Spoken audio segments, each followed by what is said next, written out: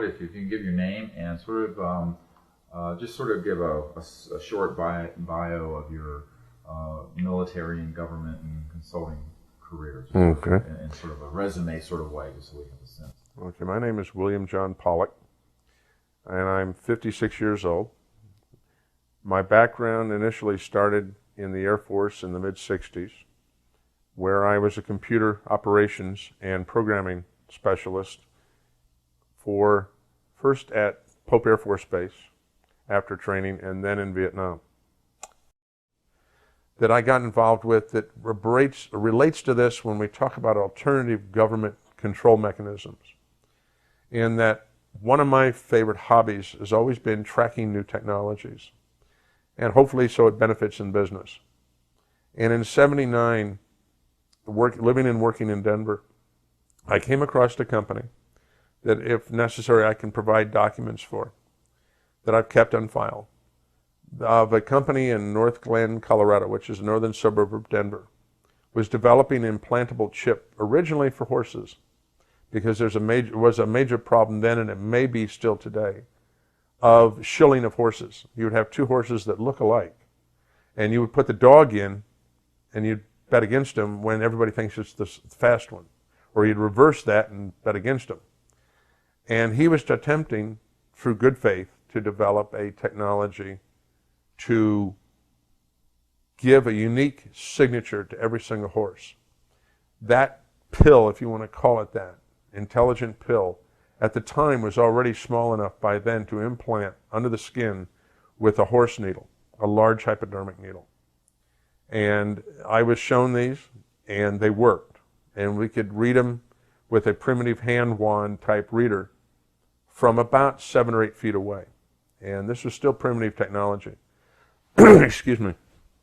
Now, at the time in the security industry, a lot of us had a lot of concerns about tracking and locating people that had been kidnapped, particularly what was going on in Europe at the time, where we were having NATO officers, even the Prime Minister of Italy, kidnapped. And these people were drained, or they were brutalized, or both. And one of the goals of the industry was to develop technology that would allow us to track these people or locate them quickly, hopefully to save their lives, but on a secondary basis to keep them from being drained of sensitive information. And I brought this technology to a meeting in a skiff room in Virginia that was arranged by a friend of mine with the CIA and another friend of mine with the State Department at the time, to introduce this technology to what we felt at the time were the right parties to use this new technology responsibly.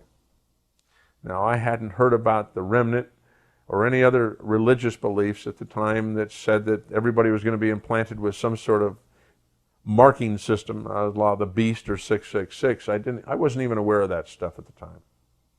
And I was taking this as a serious solution to a potentially problem that would not go away.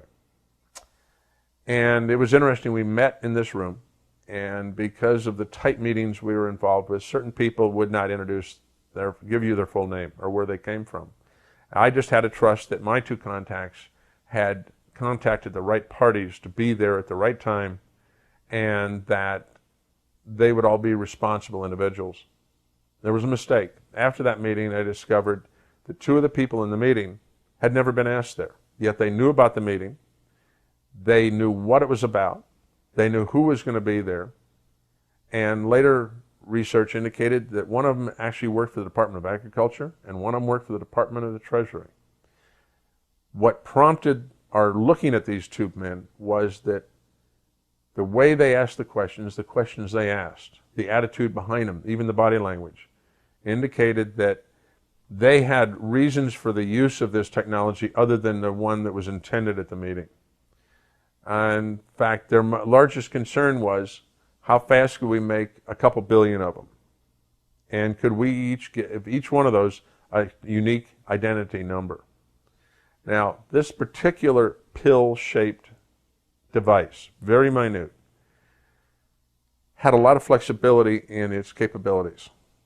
It was basically just almost a transponder. You would send a frequency to it, and it would respond back with its unique number, which could not be changed once the chip was made. Yet there were a lot of capabilities that could be added to this chip, such as monitoring temperature, blood pressure, pulse, and even waveforms out of the brain. But that was for research down the road. What was amusing to me a few months ago on a website that likes to collect articles on the unusual is that a lady out east had a chip removed from her body in 1999. They had it blown up on the website. And it was a slight modification of this chip from Denver with some of its enhancements. And it was put in her, she believes, in either 1980 or 1981. What was amusing about this was that this gentleman never had to worry about money again. And he quietly passed on a lot of this technology to somebody we never knew. And this concerned my contacts in Washington because it never went anywhere with them. Somebody else took it and ran with it, and we never knew who it was. Now, in 1984, I found another technology by just sniffing the web, sniffing the literature of our industry and a dozen other industries, and I found that there was a professor at the University of New South Wales, where I still have the files on, that had discovered a way to make a microscopic lithium niobate chip. And by accident, he had scratched it. And he had a RF transmitter there. And he had a receiver on by sheer chance. And he found that on a certain frequency, he could send an energy beam to the chip. And it would respond back with a number. He worked on that technology. And that technology, eventually, I found out about. We flew him into Denver to our company, Systems Group of Colorado, and we did a test. He had some primitive small chips he'd brought with him. They're totally passive and very small, a 32nd of an inch, and only a couple thousandths thick. And by etching them, you could again create a unique signature, unique to each one. And this one theoretically could, depending on the size of it and the size of the etching, could have a unique number in the billions and billions. In fact, the test we did was amusing in that we set up a transmitter and a receiver based on removing an air grill from our drop ceiling and plugging up our transceiver into that as our antenna. And we were able to read that thing glued to a little piece of cardboard from 100 feet away with a piece of grill out of a drop ceiling, which is a pretty primitive antenna. Because we didn't know what frequency it was dealing with, so we had to come up with some kind of instant generic antenna. We were so impressed with the capabilities of this. It would read through thin layers of material, like thin plywood. And we were so impressed that, again, I felt that this was a technology that truly had some value.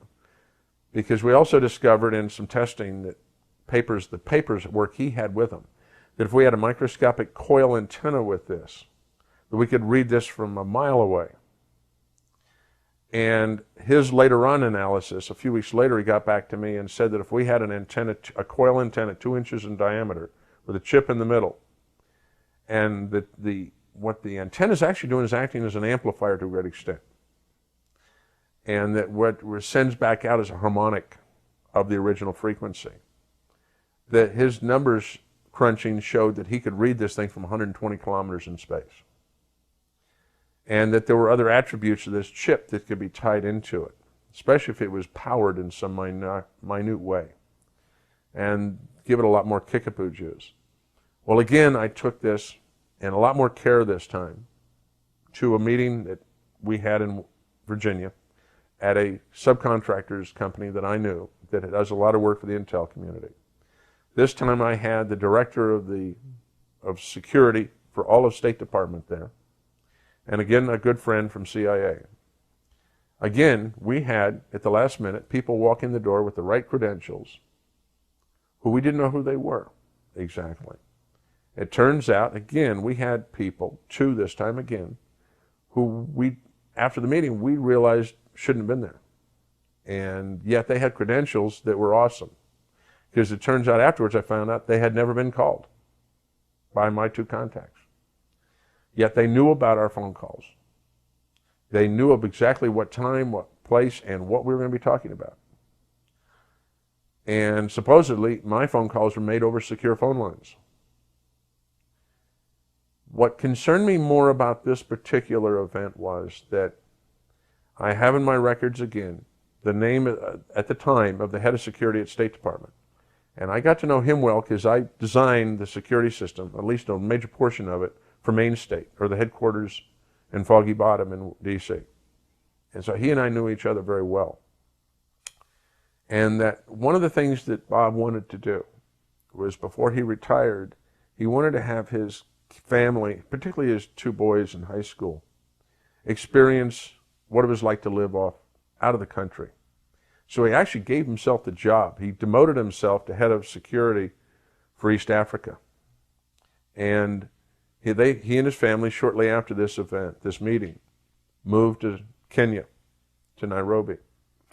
And he and I quietly kept in touch through our other contact in Washington, and kept probing who these two men were. We were having a devil of a time finding who they were, who they really were. Because what bothered me was that the professor all of a sudden got a giant grant. The technology was transferred. He never had to work again the rest of his life.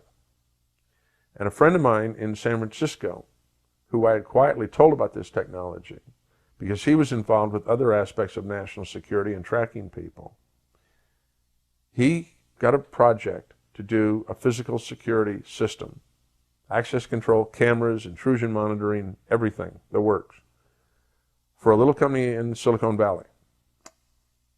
And he said it was eerie to him, but what they were making there looked eerily like what I had described to him. He built the security system in this modern fab, building billions of these little chips.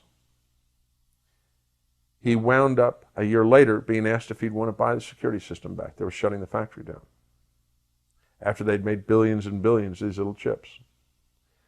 And it was a division of a rather major European electronics firm that had the plant. Which one? Siemens. And what concerned me was that they had built these chips, and who knows what happened to them. And they built them in the billions in volume, because they're so small that you can take a 6-inch wafer and make hundreds of thousands of them on a wafer. And they disappeared somewhere. But in the process, what concerned me more was Bob did not give up trying to find out who these guys were and who they worked for, what their agendas were. He and I had had long talks now by the mid-'80s about what was really going on in government, who was controlling what concerns he had. Because he had come to the realization there were a lot of things going on that weren't right. And he had supposedly made some contacts to find out more of what was going on. And he had contacted our mutual friend at CIA, another long-term contractor, been involved since World War II, in the very founding of the CIA, who got in touch with me and said, Bob's got something hot, and when he's back in the country again on business, we're going to get a meeting. A few days later, Bob was on his way to work just after dropping the two boys off at a private high school, I believe, in Nairobi. He was on the way to the embassy. And he was broadsided at a stoplight at 60 miles an hour by a reinforced Land Rover. He was killed instantly. The Brit that supposedly was drunk at 6 in the morning, 7 in the morning, was taken to the hospital and immediately disappears. And all the evidence he had given in the way of documentation was proven to be phony as to who he was, and Bob was killed. And it was a hit. And it's always concerned me today that he had gotten a little too close to who had been involved with this implantable chip technology. We'd been trying to, for a couple of years then, quietly trying to find out who had been doing it without our government realizing it was going on. Because whoever it is has got total ability to penetrate anytime, anywhere, our government, and locate what is going on instantly. Who do you think they are?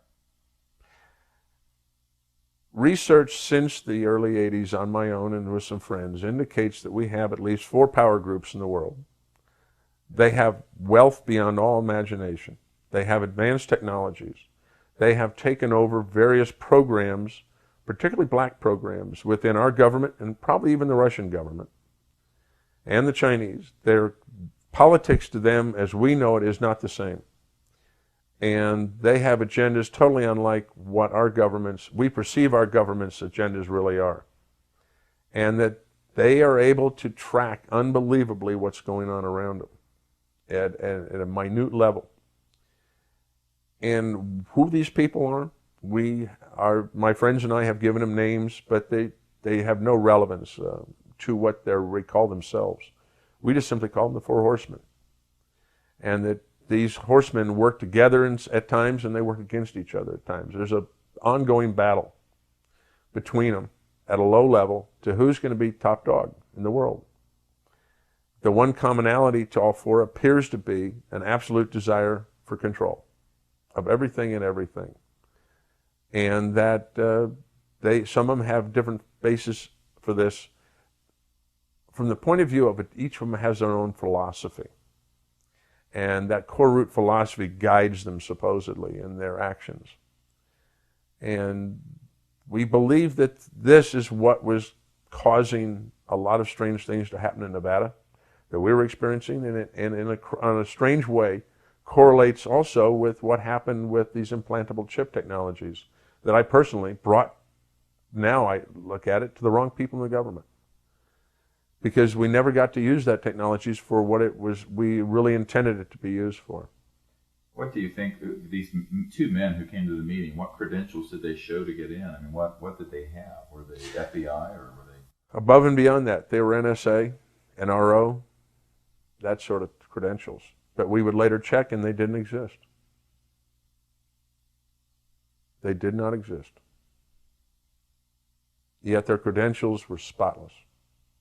Even to the point where if it was an access control requirement, the identification systems that they carried passed all the access control mechanism requirements we had, be it biometric, be it fingerprint, be it eyeball, be it anything, even to access code numbers. They knew it all. They had it all. And it was better quality than actually what the agencies had, which is most enlightening. It means unlimited budgets.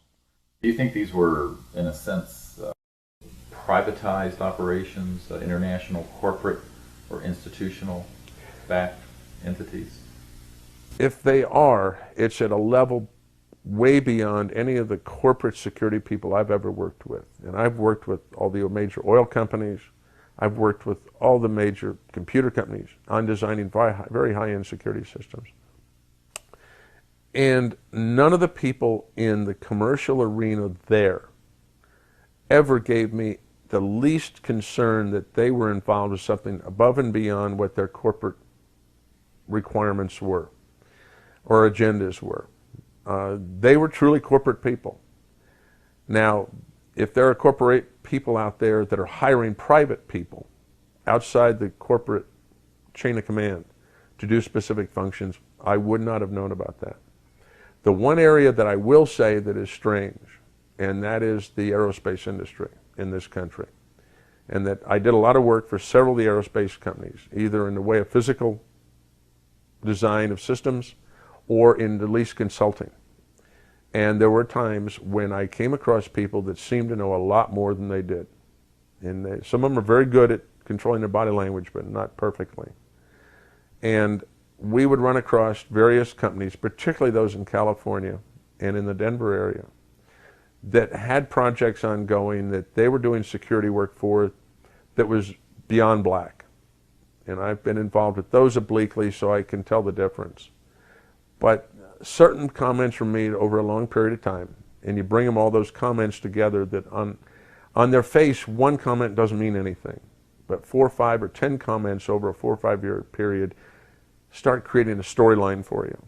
And the storyline basically is that there's a lot of work going on in the aerospace industry that would indicate that we have black projects that have gone even darker and that there's work being done on electrogravitic, on scalar technology, etc., that we don't even think that those in Congress or even in the military that approve black budgets are aware of. They've been taken offline. They're funded through some other mechanism. Other than, in one case, I know of one black project that got billions of extra money back in the 80s, and I was quietly told that it never went over budget by more than $1 million. And there were billions of monies funneled through that black project onto something else. And the gentleman admitted it to me. Which corporations? That was Northrop. That was Northrop at Plant 29. But when you look at the scenario of the entire series of events, it starts forcing you to take your head out of the sandbox and put your sunglasses on at least so you can look at the bright sun and find out what reality is all about.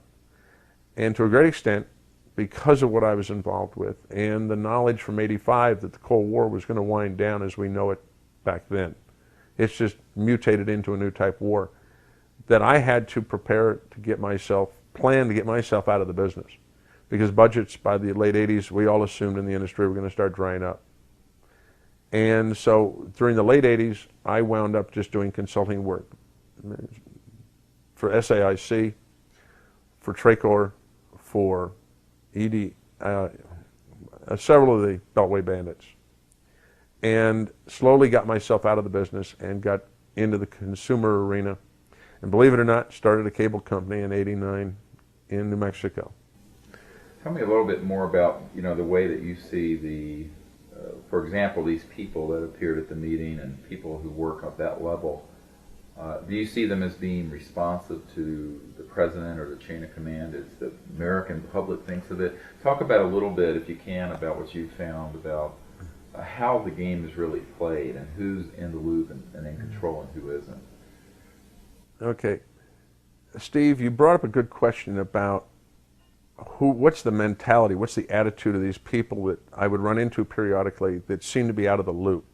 They're not in the chain of command. Their attitude is that they look, act, and taste like bureaucrats.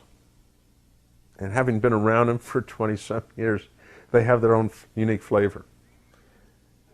But these people had agendas. They're unlike any agendas that you would ever have run into if you're in the mainstream government. An example would be that in the early 80s, we worked on a project with the Department of Agriculture and the state of Maryland for a period of time to try and convince them to get away from food stamps and let's go to a credit card machine that's coupled to the cash register.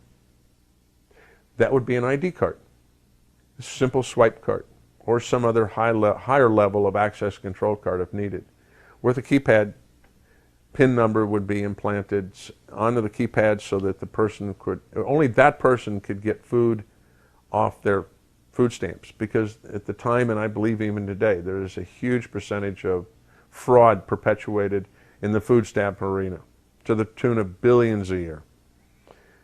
And so we got to meet an awful lot of guys at a high level in the Department of Agriculture that are in control of this program.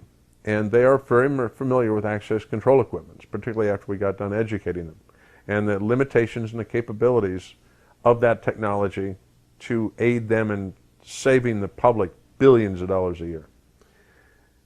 That project went nowhere. The politics at the time were such that they didn't want to solve the problem. In fact, you wonder in the big cities where a lot of the members of various committees are from, if they weren't getting a kickback at times. But so we had a lot of interface with people in the Department of Agriculture, as an example. Yet the one we met at that meeting from the Department of Agriculture had a level of knowledge far beyond what these people had. And he had a different attitude. It was an attitude that was almost apolitical. And it was pure technical, and it was very cold. And the questions that would be asked was, how fast can you make them? How fast can you set up a factory to make them? How many can you make in a period of time? How reliable will they be? Are they erasable? Are there any negative aspects of them when they're implanted in the human body? Will the body reject them? Etc. These are questions that, interestingly enough, none of the bureaucrats ever asked. They assumed that we would have a contract to solve those problems or overcome them. What do you think's being done with these implants? I think they've been distributed. I have indications in the military that a lot of our special forces units have been implanted over the last 10 years, if not longer now. And that there are other people that have implanted, such as I mentioned earlier, that we had that lady that had one removed because it was irritating her, and she had her surgeon remove it, and it turned out to be very similar to the technology from 1979 that I had brought to Washington out of Denver.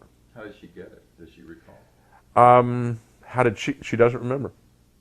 She doesn't remember. She remembers almost as in an alien abduction scenario. She remembers vaguely some missing time back then. But I don't know the whole story of that. We could do some research on that, Steve, and go back to that web posting and backtrack from there to who she is and to who her doctor was and find out more. Going back, you were talking about this Tonopah facility. Yes. They moved the F-117s out. What do you think is there? What was being worked on, and what's there? Well, we had a base that was very modern, and we had a base that was literally state-of-the-art equipment, along mixed in with the old stuff, because the Air Force doesn't throw anything away if it doesn't have to. They know how to squib and rub nickels together. They've had to. But the importance of that base can never be minimized. It is very remote. It is between two low mountain ranges. So from a land-based positioning, you cannot see into it. Actually, it's more remote than, until recently, than what was going on at Area 51, where at least the ufologists could go up there on some mountaintop and look at it from 10 or 15 miles away. This one literally could not be looked at from any direction, where you weren't trespassing on federal property at Nellis Range. In fact, the concern for security in the mid-'80s was so severe there that one of the generals that I dealt with through EG&G asked me what's the wildest idea I could dream up of for doing a perimeter security monitoring system that could look out 10 and 15 miles without fail pick up an intruder. And it was a funny one because I came up with a synthetic boulder that had a self-powering system in it, where we had special cameras hooked to telescopes where we literally could monitor a jackrabbit at 10 kilometers in a moonless night and reliably catch him in the camera and actually take a picture of him, monitor him. And that was tied in with even some suggestions of how to have harmless roving guards out there on horseback. But they would actually work for another department of the government. And these suggestions were taken very seriously. And when it comes to the point of creating artificial boulders and taking a suggestion like that very seriously, with a lot of very complex electronics putting these boulders, and the boulders, of course, placed on strategic cliffs up on the hills looking outwards away from the base, and then linking them by underground fiber or by hidden microwave transmitters, back to a war room at the base. You do not spend that type of money on that type of technology unless you're planning a long-term program there. The military does not waste money like that, in spite of the $65,000 toilet seats. Did you get indications then that this and other facilities had UFO-related hardware or projects? The indication was that what was in these underground facilities prior to the staff that I would have sent in to do the work, they would remove it. There was indications from, you can look at scuff marks on the floor, you can look at a lot of wear usages on equipment, that there was equipment in these facilities and they had removed it for my men to go in and do the work. And EG&G has a history of a deep knowledge and control of everything in southern Nevada. It's common knowledge. They used to control and still monitor the test site itself. They also own the contract airline that takes the employees every morning, brings them back every night to Papoose, to Area 51, and to Tonopah. So it's not an unusual environment we're dealing with here. We could almost call that EG&G's backyard. And the history of the company was from the nuclear testing phases during World War II and the initial testing afterwards. It was a science company meant to do work for the government offline, away from FOIAs, which is one of the greatest concerns I have, is that if we really want to find out what's going on out there, legitimately or illegitimately in the black project arena, we need to modify, if we can get it through Congress and the President, we need to modify the FOIA regulations to have no loopholes and to require that all government contractors, even black, are required to submit information through the FOIA system. Because right now it's a sieve. It's a giant backdoor for them to purposely ignore the requests of either Congress or the public.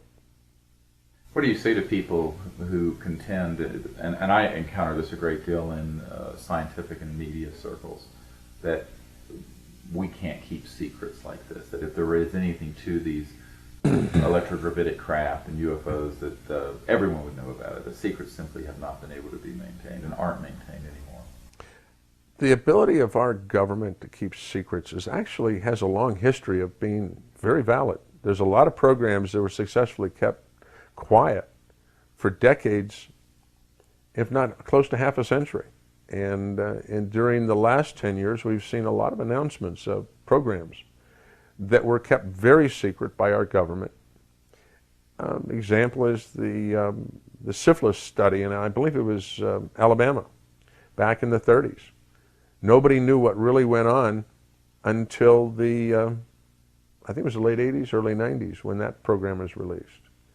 And the fact that the Japanese had a biological warfare detachment working in Mongolia, who we agreed not to punish, even though they killed hundreds of our own soldiers that were POWs, simply so we could get our hands on the records, the results of their testing. That program wasn't released, and I believe the full story of that didn't come out until the 90s, early 90s. So that's close to a 50-year period where they kept that large project secret, and were able to continue the research at Fort Detrick and other places on a biological experimentation on our own people. So the ability of our government to keep secrets, if the people truly believe in what they're working on, is possible. In fact, more than possible. They can generally succeed. What concerns me is when the projects go beyond black, and that we have people with ulterior motives that have gotten in control of these projects and or the funding for them, and or the ability of, what really is scary, is to write their own checks, unlimited checks, with no recourse to anybody. They're not even a budget item anymore. They literally authorize the Treasury to cut them checks. And this is where we need to have an audit, if you want to call it that, made on all these projects, and a responsible committee start monitoring the flow of black money. Do you think this is just restricted to the U.S., or do you see that it has international scope? Oh, I would say this is international in scope. The projects that we have are closely tied in with other allies' governments. In fact, I had been told back in the late 70s on one of the early classified projects I worked on, once I got my security clearance back, was that there is a secret agreement between us and the Brits, that whatever we invent, they get. Whatever they invent, we get. And there is no limitation as to what it is.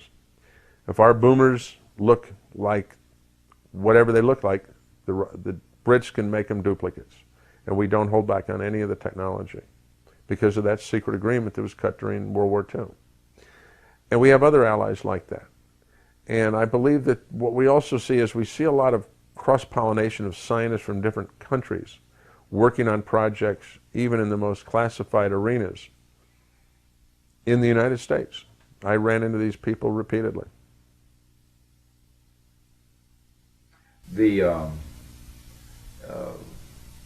group that is running a lot of covert projects. What do you see as the agenda? I mean, what agendas are operating? What have you come across by piecing together some of these experiences you had as a consultant in security?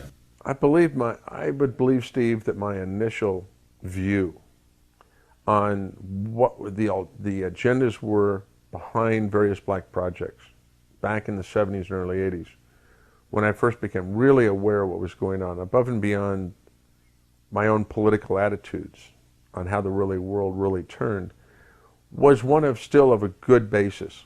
They were looking to defend the United States. They were looking to protect the free world.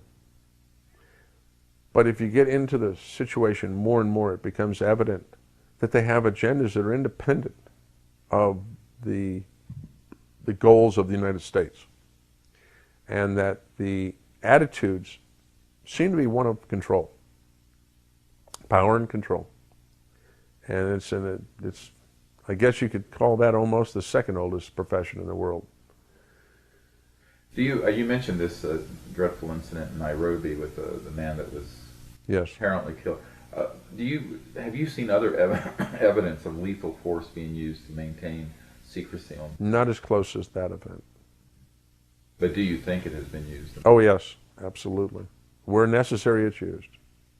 Probably need to incorporate my question in your answer. So the ability of certain forces out there, Steve, to use force when absolutely necessary, or other controlling mechanisms to ameliorate the danger of a leak, to control those or maintain secrecy or fear, is always there.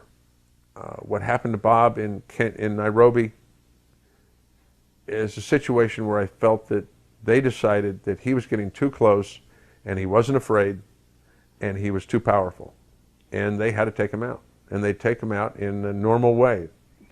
Not unlike the strange events with Representative Schiff here in New Mexico, who almost never went in the sun because he was living indoors just about all his life as a representative in Congress, and yet he magically got an aggressive cancer. There are ways to attack that problem. I've talked to some people that were previously SEALs who went on some rather strange missions.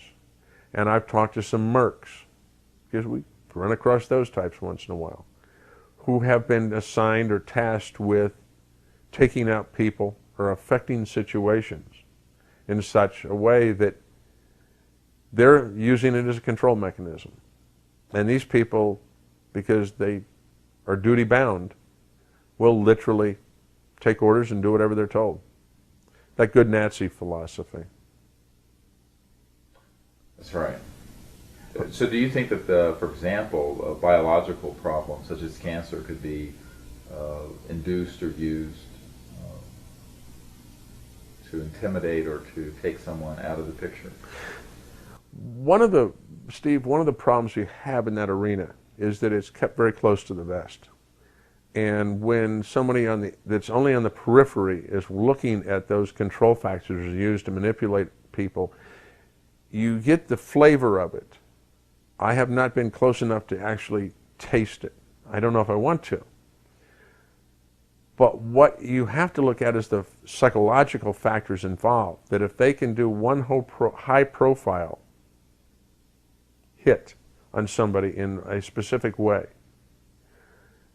what it does, it puts the fear of God into those that they want to continue to control, so that they don't say anything out of tune. They don't probe where they shouldn't probe, like Senator Schiff was doing, Congressman Schiff was doing. We've seen in the last 10 years a ramping up, though, if one does even the most cursory research. One of the ones that concerned me the most was the death of our Commerce Secretary several years ago on a mountaintop in Yugoslavia, where the hostess, the Air Force hostess on the plane, survived because she was sitting on the jump seat in the back. And a certain British group went in there first, and she was alive and healthy when she left the mountain, and she got down to the airport, she was dead. And she only had minor bruises. And Somebody needs to look into the influence that certain British commando units have and their cross-pollination with other groups like them in the United States. But what was even stranger was that his body made it back to Dover Air Force Base, Senator Brown. Secretary Brown. And they discovered that there was a bullet wound in the top of the head about the diameter of a .45, and that a preliminary x-ray indicated that there were shavings of some sort inside the brain itself. And that yet he was raced out of that into a crematorium literally within a day, so nobody could do a serious autopsy. And the people at Dover in the Air Force Base there were severely chastised for even doing what they did voluntarily. But in the profession, there is a way of doing this with frozen CO2 bullets or nitrogen bullets. And there is no residue left except what the shattered pieces of the skull cavity. And this is of grave concern to a lot of us because this seems to be an ongoing process, particularly in the last 10 years. It's become very blatant across the entire spectrum of our government, nationally and internationally. And I think we all can just follow the web tracks these days as to where the implications are for that. And the need for continuing control are getting more severe, and the use of these mechanisms is becoming ever more blatant. So where do you think this is headed? I mean, what are your concerns about where we're headed? My concerns are for the freedom of our country and of the free world. It sounds rather simplistic, but we have to have a philosophy upon which we base our lives. And my philosophy is that the Republican form of government, if we can get back to it in some way, shape, or form, is the strongest form of government ever developed by man, by basically allowing one event to occur, and that is that we allow everybody to become a sovereign individual. It's been proven in the last 200 some years, particularly from the technological development we've experienced since the founding of this country, that to a great extent has been focused first in the United States. That is the most motivating type of mechanism we can possibly have for our species to advance. And yet there seem to be countervailing forces trying to stop it. And if we don't find ways to neutralize these negative forces, we're going to find our lifestyles, our concepts of life as a species, nullified. You've mentioned over the course of this interview a few which nations do you think are heavily involved in this whole effort, agencies and corporations? Steve, if you look at what layers of influence we have here, either at government or corporate level, I would say that at the corporate level, we have to look primarily first. If you're talking about new propulsion technologies, we would first only look to the aerospace industry. I've had deep discussions with some people over a long period of time who either they or their fathers had worked for various aerospace companies and had been directly involved with the research as far back as the early 50s, on into the 60s, and then by the 70s they felt they had overcome most of the problems in reverse engineering technologies from what, interestingly enough, they do never call UFOs, but they call AVCs. What does that stand for? Alien Visitation Craft. And that means they know who they are. It's just the question is, what's the color of their skin, if you want to use a generic term. But that these firms, and you can name them, they're all the top 5 in the nation. They're all involved in it, in one degree or another, and they have their black within black. In fact, I wouldn't be surprised if we don't find in another few years that a lot of these firms have divisions that are even darker than the Skunk Works. And that one was almost a front for primary work in deeper divisions. And we have other divisions of the government. There was so much in the way of how long did the NRO run before anybody even knew they are operational. And then we get to the point where they're building their own headquarters in Virginia for almost $800 million, I believe. And nobody even knew they were spending the money on their new giant headquarters, which would have actually been larger almost than the headquarters for the CIA. So we have a situation here where somebody is not doing due diligence at the public level and at the government level and monitoring what's going on. You know, would you invest in a company without researching it properly to see if your investment is well placed?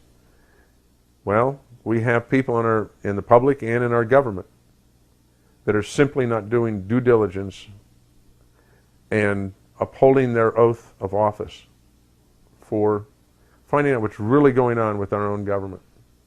Well, then that brings to another question. What about the Fourth Estate and the media? You would think that they would want to investigate these issues seriously instead of just ridiculing them. The subject, Steve, of the media, from my viewpoint only, it's a personal viewpoint. It's okay.